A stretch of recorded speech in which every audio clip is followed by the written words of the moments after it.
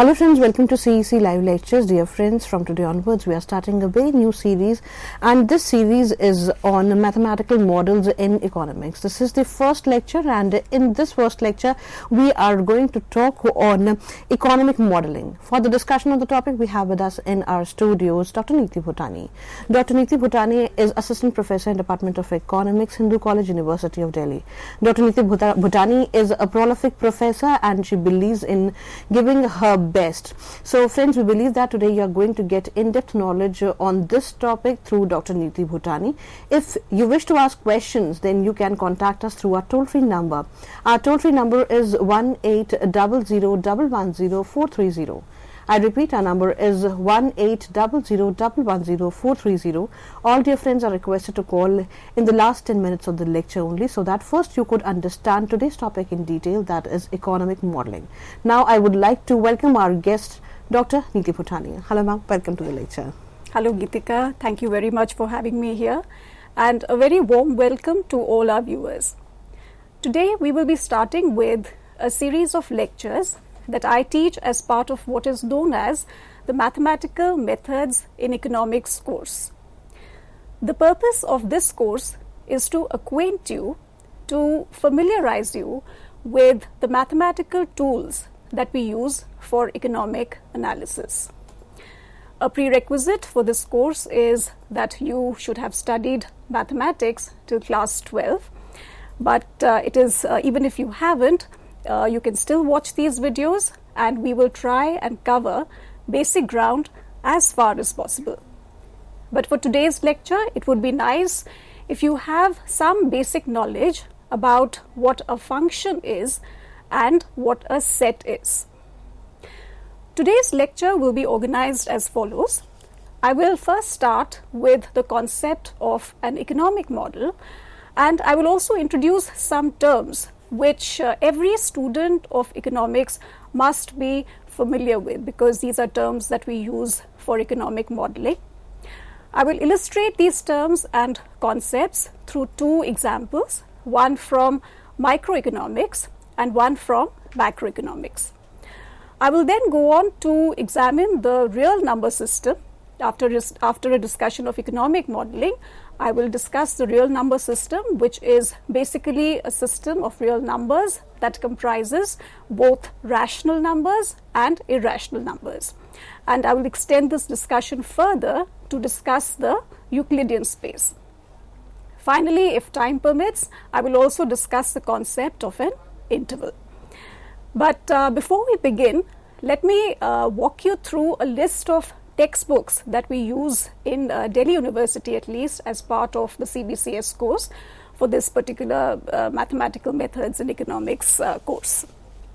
The core textbook, you can take a look at this slide please, and if you like you can take a picture of this slide. The core textbook for this course is Mathematics for Economic Analysis by Sitzeta and Hammond. Other related texts are Fundamental Methods of Mathematical Economics by Chiang and Wainwright. You could also refer to a book titled Mathematics for Economics by Michael Hoy et al. Then there are also some calculus books which are used by students of maths honors. There is one book by Anton et al. And there's also Thomas's Calculus. So these are all books which you could use for your reading and for your practice. The more you practice math, the better you will get at ironing out your issues related to your understanding. So these are the textbooks that you could refer to. Let's get started. An important part of being an economist is that you be able to convey your ideas through an economic model. So the goal of today's lecture is to help you understand what an economic model is and what goes into building a good economic model. So we'll try and give you some sense of what goes into building a good economic model. The question here is, why do we need an economic model in the first place? So I think all of you will agree with me when I say that we live in a complex world where there is this whole web of interrelationships and transactions.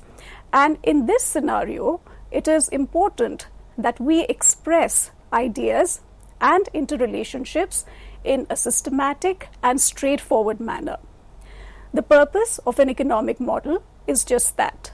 It helps you express ideas in a systematic way, in a straightforward way. Now, let us suppose you wish to examine a particular economic problem. Then what an economic model helps you do is, it helps you simulate that reality that you would like to capture. And the better you approximate that reality, the closer your model is to reality, the better it is going to function. However, this also means that we should not start including every little aspect of the area that we are studying into our economic model. We don't want every teeny-weeny aspect, but we only want to focus on those aspects that are relevant for our particular research question. So, it is important that we only isolate and focus on those aspects of the economy that are relevant for the problem at hand. Now, because this is an important point, let me illustrate this through an example.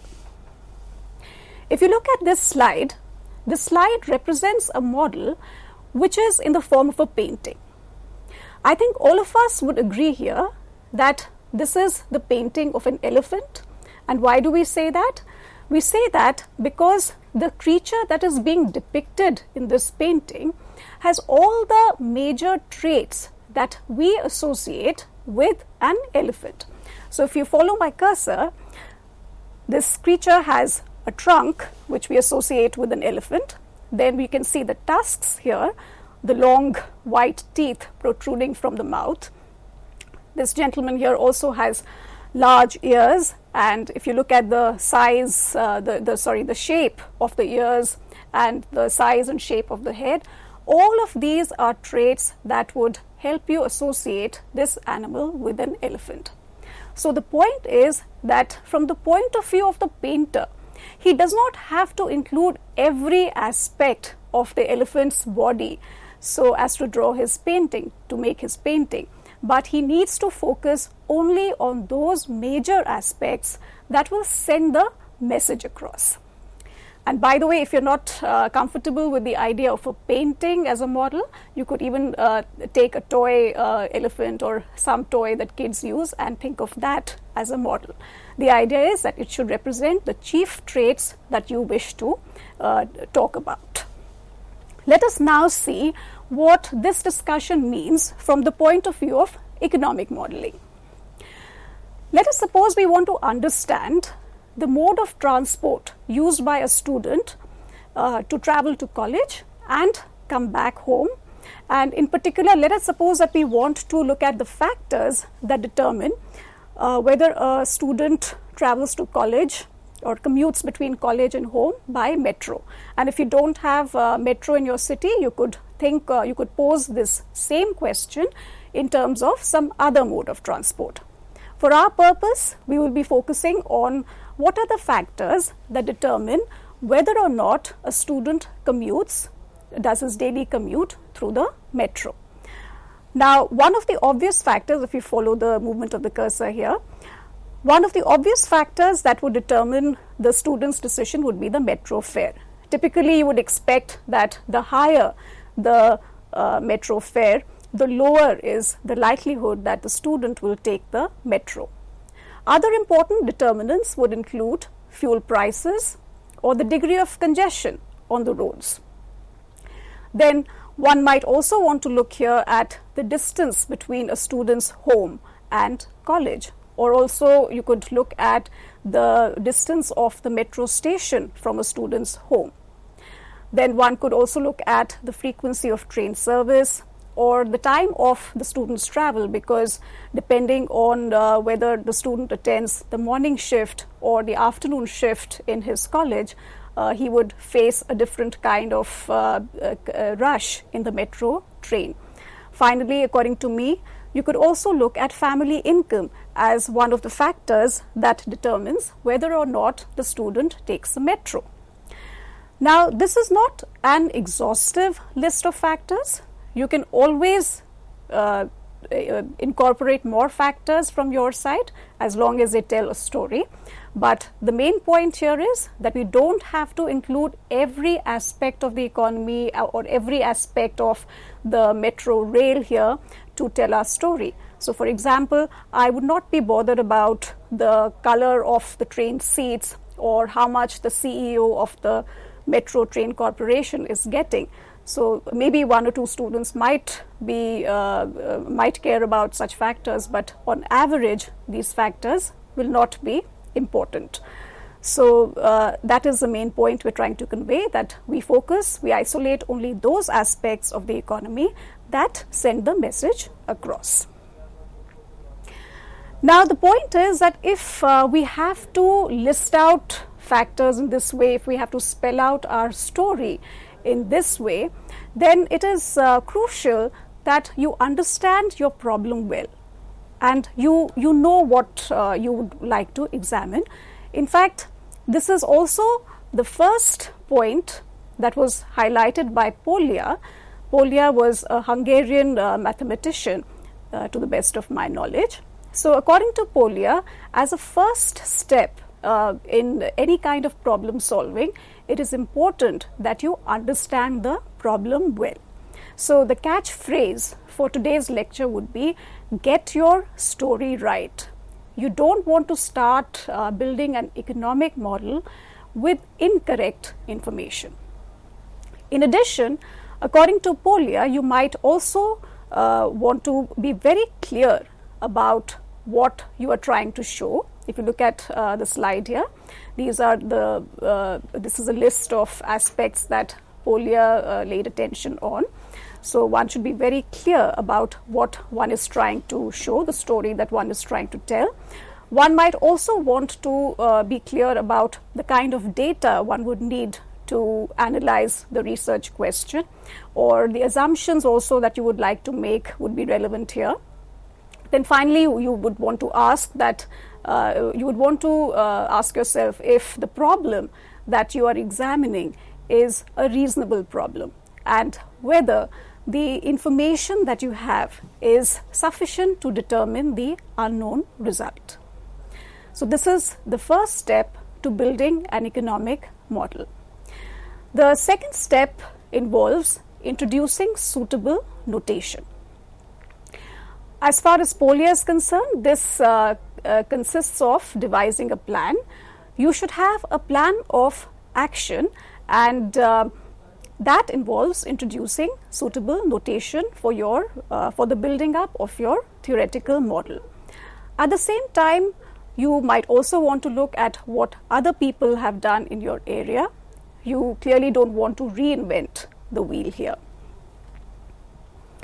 Now, before I get into details of notation, let me quickly summarize what is known as the scientific method in economic analysis. In fact, you will see here that the first 2 points that I will talk about are similar to what POLYA mentioned in his approach to problem solving. So in any economic analysis, in any scientific method in economic analysis, the following 4 steps are needed.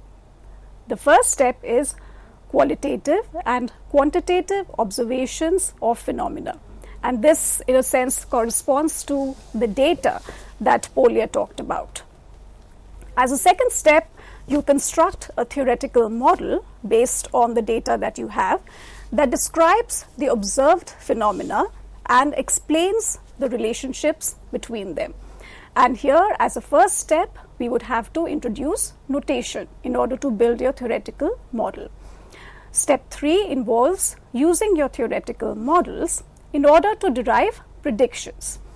And finally, you would want to keep correcting and improving your models so that they predict better. Okay, so let's now get into details of notation or the use of symbols in mathematics. Symbols convey the language of mathematics, and in a sense they help us do the talking, the conversing in mathematics in the economic model. There are 2 categories of symbols. one is variables and the other is referred to as constants. So if you look at the slide here, a variable is an entity that can assume different values. So as the name suggests, variable means it can vary. So that means it is an entity that can take on different values. It can vary. It is an entity whose magnitude can change. So for instance, I can use the variable x to denote some arbitrary number. Similarly, if I want to talk about price in my economic model, I could denote price by the variable p, and in the same way, if I want to talk about profit in my story, I will depict profit by the variable pi. Now, keeping things very simple, let us suppose we have a single equation model that explains y, the variable y, by the equation, you can see where my cursor is pointing, by the equation y is equal to 7 plus 2x. So here the value of y is determined in terms of the value of x by the equation 7 plus 2x. If you're familiar with the concept of a function, here we have y as a function of x because the value of y is being determined by the value of x. For example, if x is equal to 0, y is going to be equal to 7. If x is equal to 1, then y is equal to 9. And similarly, if x is equal to minus 2, y is going to be equal to 7 minus 4, which is 3. So y is what we are determining in this particular single equation model. The variable x is what is given to us from outside the model, and we call the variable x the independent variable. The variable y, whose value is dependent on the value of x, is called the dependent variable. Now, as far as economists are concerned, they very often refer to the independent variable as the exogenous variable and the dependent variable as the endogenous variable. Now, let me give you a little bit of detail on this because it is important to understand this distinction between exogenous variables and endogenous variables. Okay, so our model is one where we explain y by the equation y is equal to 7 plus 2x. As I pointed out earlier, y is the endogenous variable. Now, the question is y the endogenous variable? If you look at this word endogenous, endogenous means internal, and because the value of y is determined within the model, therefore the variable y is called the endogenous variable. In other words, the variable which is being solved for in the model is our endogenous variable. So because we are solving for y in this model, y is known as the endogenous variable. Now, x is the exogenous variable. And what do we mean by exogenous? Exogenous literally means external. So, exogenous variable is a variable whose value is determined outside of the model. Its value is determined by influences which are external to the model, and in that sense exogenous variables are taken as givens in the model, even though the values will vary when we analyze the problem, but these values are coming from outside the model. That is why x is the exogenous variable. I hope this distinction between endogenous and exogenous variables is clear. We will come back to this in a simultaneous equation framework also.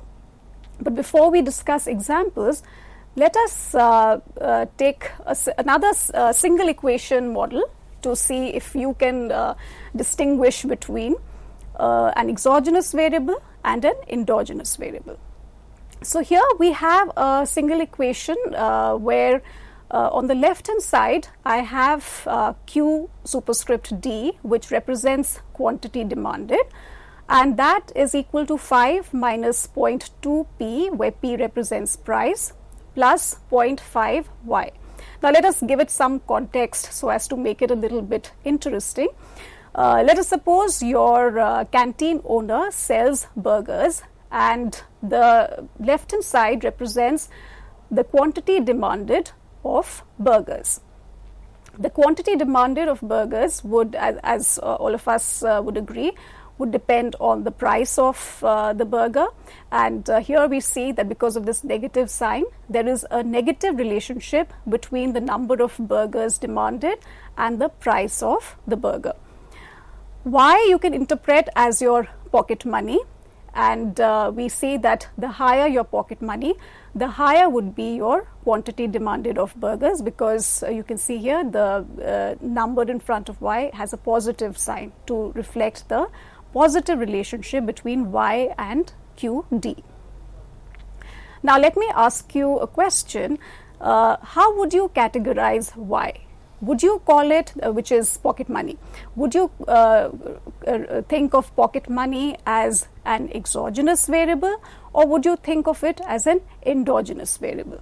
So the answer here is that Y here, your pocket money, is being determined from outside, from some external forces. Your parents will decide what your pocket money is, perhaps, or their level of their standard of living will decide what your pocket money is going to be, or maybe how well you do in your exams. But all these factors have nothing to no role to play in this particular equation.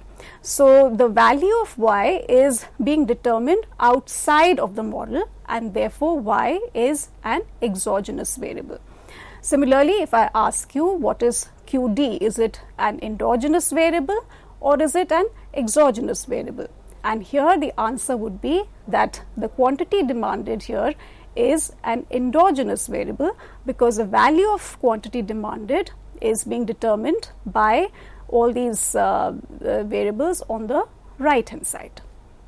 So I hope this distinction between exogenous and endogenous variables is clear. The second category of symbols that we use for economic modeling are referred to as constants. Now, if you look at this slide, a constant is either a fixed number or a symbol that represents a fixed number. For example, again, we'll keep things very simple and focus on single equation models. So, for example, if we have Y being determined as 7 plus 2x, here the constants are 7 and 2.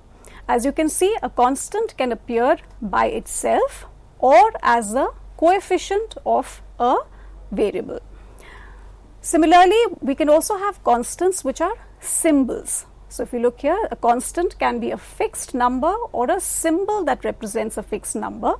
So we could also have a single equation model specified as Y is equal to A plus bx. Here the constants are represented by A and B, and each would represent a fixed number, a fixed value in the equation. In fact, you can think of constants, whether they are numbers or symbolic constants, you can think of constants as connectors that link the exogenous variable with the endogenous variable.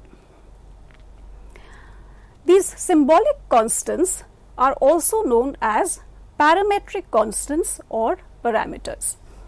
Now, if you look at this equation, Y is equal to A plus bx, you may have a situation where in one situation A is equal to 2 and B is equal to minus 5, so that your equation becomes Y is equal to 2 minus 5x. In another situation, A is equal to 0.5 and B is equal to minus 2.4, so that your equation is given by Y is equal to 0.5 minus 2.4x. Now, here you can see that your constants, your symbolic constants or the parameters, they are taking on fixed values, but in different situations they are taking on different values. So, if I am looking at these equations, Y equal to 2 minus 5x or Y equal to 0.5 minus 2.4x, these two equations need not be regarded as two separate models. on the contrary, these two equations can be regarded as two different specifications of the same general model. The model is the same, there's an umbrella category, and then within that we have these two specifications. But herein also lies an issue, because the point is that if your parameter values can change from one specification to another, so in the first specification A was 2 and B was -5, in the second specification A was 0.5 and B was -2.4. So if the parameter values can change between specifications, then it looks like we are dealing with constants that are a variable, or constants that are variable. So this raises a very fundamental question, which is that if you have parameters that are determined exogenously as well, and also they are variable, then what is the difference between parameters and exogenous variables? Now let me point out that many books do not make any distinction between parameters and exogenous variables.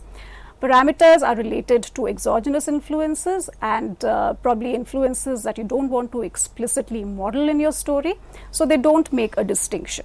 But then there are also some textbooks, some authors that do make a distinction between parameters and exogenous variables, and because this distinction is made, it is good to understand this distinction. And we will come back to this in a short break in a little while from now. With this note, thank you, ma'am. Thank you so very much for giving us this session on economic modeling. And friends, we believe that you might have gathered lots of information, and lot more is for you in store. So you are requested to be with us as we are back after a short break. Thank you.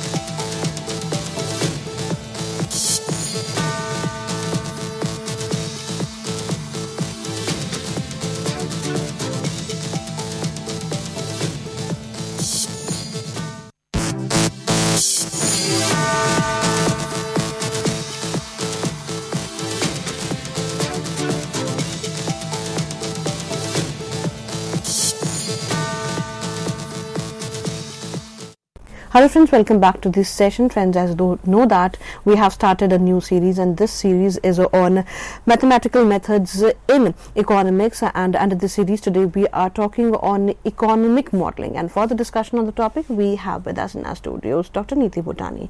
Dr. Neeti Bhutani is Assistant Professor in Department of Economics, Hindu College, University of Delhi. Dear friends, we believe that you might have gathered more and more of information through her, and we promise you to give you more through her.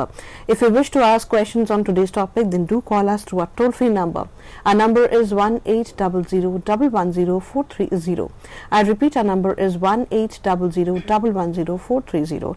You are just requested to call in the last 10 minutes of the lecture if you have any question in your mind. Now I would like to welcome our guest, Dr. Neeti Bhutani, once again. Hello ma'am, welcome to the lecture once again. Hi Geetika, thank you very much. and welcome back to the lecture, viewers. So in the first part of the lecture, I talked about the distinction between exogenous variables and endogenous variables. I also introduced the concept of constants, and we said that constants can be fixed numbers or symbols that represent fixed numbers.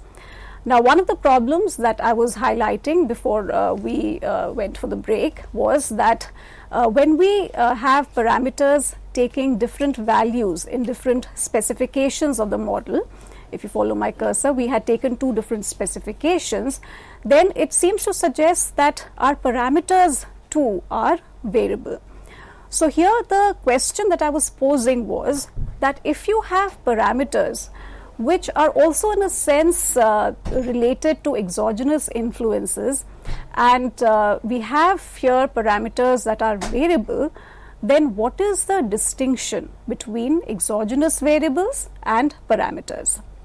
So as I was saying, many textbooks do not make this distinction between parameters and exogenous variables. They use the terms interchangeably, but because some textbooks, some authors do make this distinction, let us try and get at what the difference is.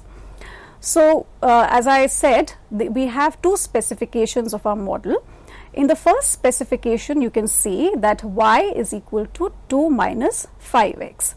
Now here the point is that within this specification, your parameter values, even though they can change across specifications, within this the parameter values cannot change. Even though your exogenous variable x can take on different values in this specification, a would still be 0.2 and b would still be minus 5. Similarly, within specification 2, a would be 0.5 and b would be minus 2.4, but x can still vary. So if you've understood what I'm trying to say, the point that I'm trying to make is that parameter values cannot vary, cannot take on different values within a given specification. It is only across specifications of the same model that we can have different values of the parameters. However, exogenous variables can vary even within a given specification of our model. So let me quickly summarize what the points that I made about parameters. Parameters, first of all, can be seen as connectors which link up the exogenous variables and the endogenous variables. The second point that I made was parameters reflect exogenous influences, external influences, but also influences that you may not want to model explicitly in your story. And the third and final point that I made about parameters was that parameter values cannot change within a given specification of the model. They can change across specifications, but not within a given specification. So this is to summarize the discussion on parameters. Now, I will walk you through a simple microeconomic model to illustrate the difference between exogenous variables, endogenous variables, and parameters. And this time we will be doing this exercise for a system of equations. For all the slides that we were looking at in the last few minutes, those are all single equation models. So let us now see what things imply for a system of equations. Okay, so let us suppose a quantity demanded of some commodity is represented by this equation: Q superscript D is equal to A minus BP plus CY. In this equation, A, B and C are all positive numbers, P represents price and Y represents income. Let us suppose supply is fixed at QS bar. So our quantity supplied QS is equal to QS bar. And let us suppose further that the prevailing price in the market is the price that equates demand with supply. So our equilibrium condition would be one where quantity demanded is equal to quantity supplied, which is QS bar. This is given to us exogenously, QS bar value. Okay, so this is our system of equations which I have highlighted in this box. Now, because our equation, our equilibrium equation is QD is equal to QS bar, let us substitute for QD on the left hand side, and because QD is A minus BP plus CY, I have this expression on the left hand side, and we equate it to QS bar because this is our equilibrium equation, QD on the left hand side and QS on the right hand side. Now, because as I mentioned in the previous slide, the prevailing price is a price that equates demand and supply, we can now solve for price in terms of the other variables. So, if I take BP to the right hand side, then I have A minus QS bar plus CY, that would be the expression for P star, P star would be A minus QS bar plus CY divided by B. Now, because we are solving for price in this model, price here is the endogenous variable. Similarly, QD is also the endogenous variable because we are solving for QD as A minus BP plus CY, and because P is endogenous, QD also has to be endogenous. Now, Y here is an exogenous variable. Why is it an exogenous variable? This is similar to the argument that I made about pocket money in one of the earlier slides. Y is something, the money income is determined outside of the model here, so it is exogenous. Now, similarly, QS, the quantity supplied here, is also exogenously given because we have fixed it at QS bar. Typically, we would have another equation for quantity supplied, but here we are trying to keep things simple and we have fixed the quantity supplied as QS bar. So, both Y and QS represent the exogenous variables. And then finally, you can see the connectors A, B and C, those are your parameters.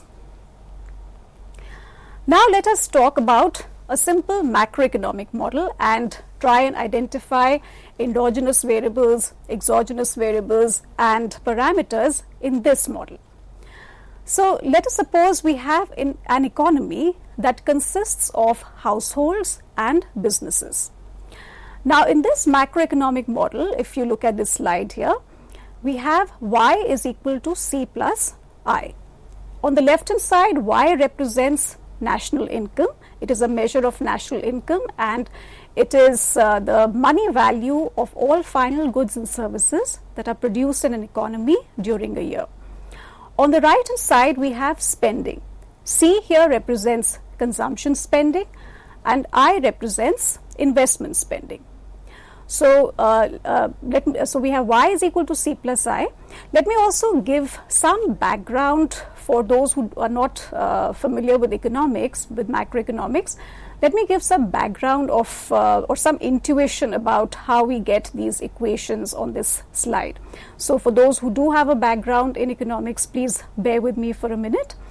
So, as I said, the variable Y represents national income or the money value of all goods and services that are produced in an economy during a year.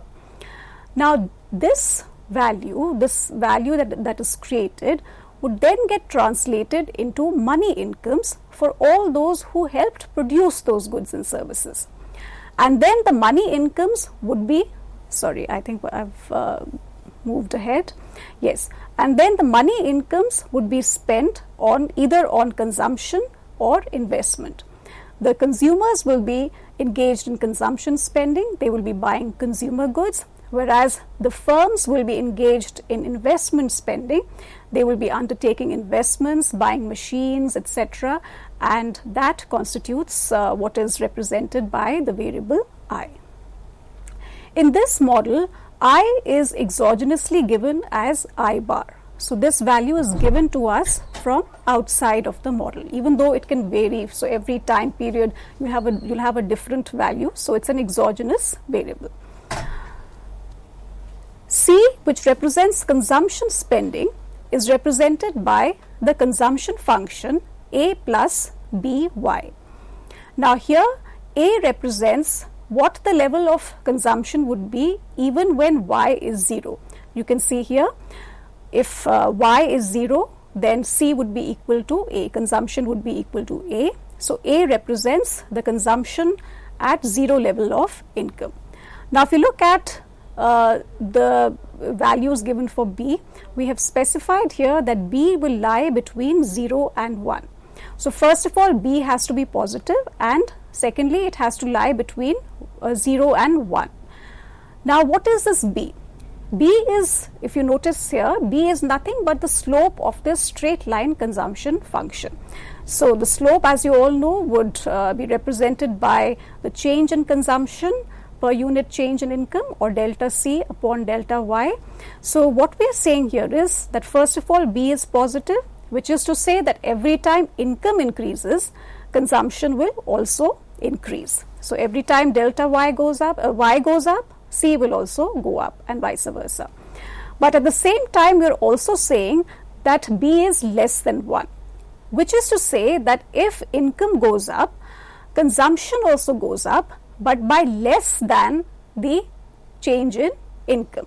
So which is to say that in this ratio, delta C would be less than delta Y. If income goes up, consumption will also go up, but it will go up by less than the change in income. Okay, so this is my model, and let us solve for it. So because the value of investment is given to us exogenously, we can substitute I equal to I bar in the first equation, so that I get Y is equal to C plus I bar. Since C is given as A plus BY, I can therefore write Y as A plus BY plus I bar. Now I can take this variable Y on the left hand side, and I can solve for Y as 1 minus B times Y is equal to A plus I bar, and therefore the equilibrium level of income is given as A upon 1 minus B plus I bar upon 1 minus B. So here we have that the equilibrium level of income is given by this expression. It is a function, it is expressed in terms of A, B and I bar. Similarly, we can solve for the equilibrium level of consumption, because consumption is A plus BY. So once I substitute for Y, which is Y star now in equilibrium, I get C star, or the equilibrium level of consumption, as A upon 1 minus B plus B times I bar upon 1 minus B. Now here we will impose the restriction that B is not equal to 1, because if B is equal to 1, it means that we will be dividing by 0. Now clearly, if you know your school mathematics, division by 0 is not defined, so we will restrict B to being strictly less than 1. Now as far as the categorization is concerned, because in this model we are solving for Y and C are our endogenous variables, and because the value of investment was given exogenously as I bar, our investment is an exogenous variable, and in this model A and B are our connectors or the parameters. So the main takeaway from today's lecture will be the following. That division by 0 is not allowed, so please remember this for all the lectures to come. Any real number x divided by 0 is not defined. Division by 0 is not defined. Now since we are talking of real numbers, let me just give you a little bit of a background on the real number system. The real number system consists of all the rational numbers and also the irrational numbers. A rational number is one that can be written in the form P divided by Q, where P and Q are integers, and we'll impose a restriction that Q is not equal to 0. As we just said in the previous slide, division by 0 is not defined, so we need this restriction, Q is not equal to 0. Now examples of rational numbers will include all integers. So for example, 3 is a rational number because it can be written as 3 divided by 1. Similarly, 0 is also a rational number. Further, any terminating decimal would also be a rational number. Terminating decimal means that you have a finite number of digits after the decimal point. So for example, 0.9 here is an example of a terminating decimal, and it is a rational number because it can be written as 9 divided by 10 or P by Q. Further, non-terminating decimals can also be rational numbers as long as they repeat a certain pattern of digits. So, for example, if you have repeating or periodic decimals like these, if you look at this number 3.579, 579 and so on, you can see that there is a pattern of digits after the decimal point 579, 579 which gets repeated. So, this is a rational number. And similarly 10 by 3 where the digits 3 get repeated infinitely after the decimal point, this is also a rational number. But let me give you a little, let's do a little exercise to see that these indeed are rational numbers, because you don't just want to take it as given. So let us in an example show that 3.579, 579 is a rational number. So here what we'll do is, let us suppose we represent by the number a, this particular number, by the variable a. Now the trick to proving that this is a rational number is that we will we'll try and get rid of this trail of numbers after the decimal point to the largest extent possible. So if you notice here, if I multiply both sides of this equation by 10, I get 10 times a is equal to 35.79, 579, 579 and so on. And similarly, if I multiply by 10 square and then again by 10 cube, I get 10 cube a is equal to 3579.579, 579 and so on. Now if you compare equation 1 and equation 2, you see the same pattern of digits after the decimal point. And the trick now is, now if I subtract equation 1 from equation 2, I'll get rid of all these numbers on the right hand side. So if I do that, if I subtract 1 from 2, I get 999a, because 10 cube a minus a on the left hand side is 999a. And on the right hand side, I'll have 3579. After the decimal point, everything will get cancelled. So 3579 minus 3, which is 3576. Therefore, I can now write a as 3576 divided by 999, which we can say is a rational number. Now for homework, you could probably do this exercise. Here we have this number which actually repeats a pattern of digits, but after a certain number of decimal digits. So this number is 2.134, 232323 and so on.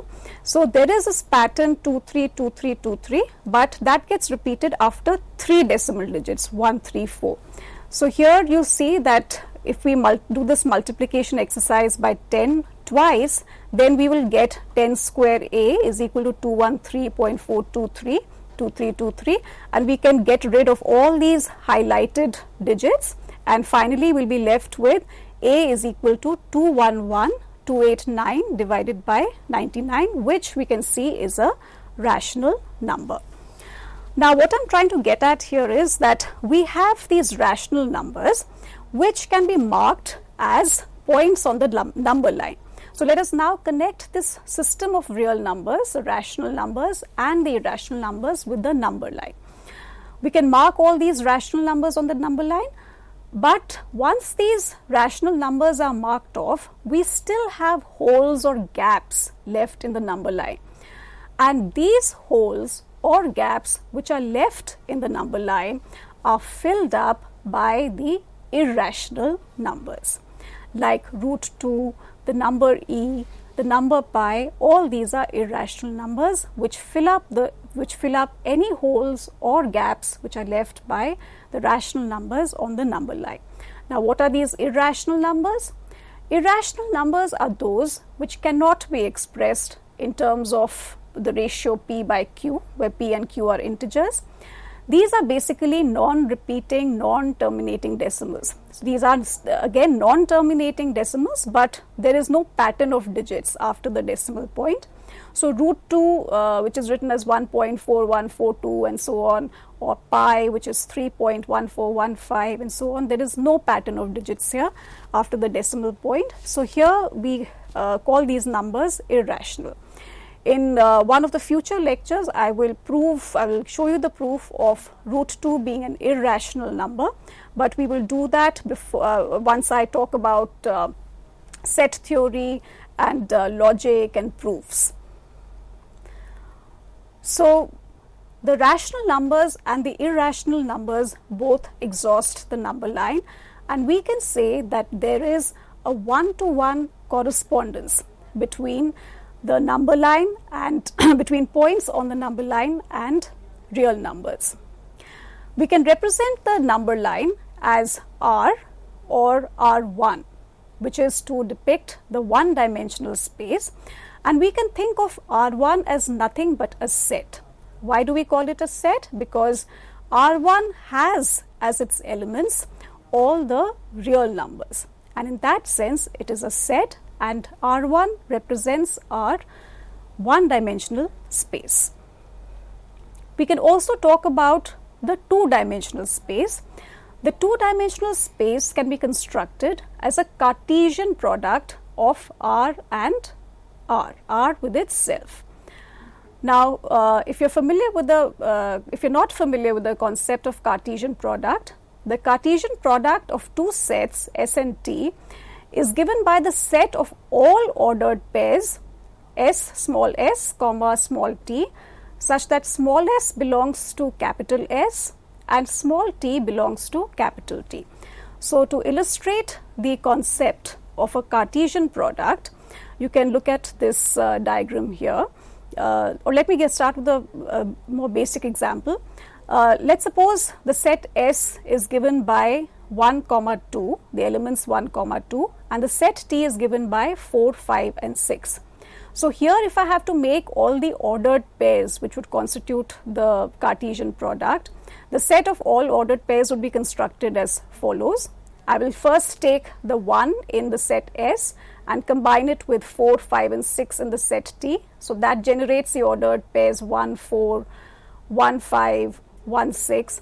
Similarly, I can take the number 2 and then combine it with the numbers 4, 5 and 6 in set T, and that will give me the ordered pairs 2, 4, 2, 5, 2, 6. So the Cartesian product here, S Cartesian product T, is a set of all these ordered pairs. Now let us think of the Cartesian product in this space where I've taken the x1 axis as the x-axis and the x2 axis as the y-axis. Now the set S is depicted here as all the numbers that lie between 1 and 5, and the set T is a set of all numbers that lie between 2 and 4. So if we have to take all the ordered pairs for where the first component comes from S and the second component comes from the set T, then the Cartesian product will lie in this rectangle, if you all agree with me. So this shaded area represents the Cartesian product. Now we just have to go a step further and think of this set S as a real line. So suppose the set S is nothing but the whole x1 axis, which is nothing but the real line, and let us suppose the set T is nothing but the whole x2 axis, and that too is a real line. So now if I take the Cartesian product of the entire x1 axis with the entire x2 axis, we will be able to generate nothing but the two-dimensional space. So the entire space in 2 dimensions gets generated through the Cartesian product of R with itself. Now in this context, I can also introduce two important concepts, because this is notation that you also find in various textbooks. One piece of notation is R2 plus. R2 plus we call the non-negative orthant of R2. Orthant is just a general term for a quadrant. So in the two-dimensional space, R2 plus represents a set of all ordered pairs x1, x2, such that x1 is greater than or equal to 0 and x2 is greater than or equal to 0. So this allows us to take all the ordered pairs such that the origin and the axis in the first quadrant are also included. Similarly, we can introduce the concept of the strictly positive orthant of R2, which is represented as R2 plus plus, and this is the set of all ordered pairs such that both x1 and x2 in the ordered pairs are strictly positive. So this is then to represent, this then helps us represent the first quadrant in two-dimensional space, but without including the origin or the axis. And in this way you can define your second quadrant, the third quadrant and the fourth quadrant, and to build things further you can also define the three-dimensional space as a Cartesian product of R with R, so threefold Cartesian product of R, and similarly we can think of the Euclidean space, the n-dimensional space, as the n-fold Cartesian product of R with itself. So today's lecture we introduced this concept of economic modeling, the terms endogenous variables, exogenous variables and parameters, and we also talked about the real system and the real number system and how the Euclidean space is built. I hope you have understood all the concepts that were introduced, and if there are any doubts you can always email us, and that's it from me. Over to you, Geetika. With this note, thank you, ma'am. Thank you so very much for giving us this productive session. Friends, you are requested to write to us at info.cec@nic.in. This is the ID where you can post your questions as well as feedback for this particular lecture too. Friends, we are going to meet again very soon, and we would be continuing our series further. Till then, take care. Goodbye. Thank you, ma'am. Thank you once again.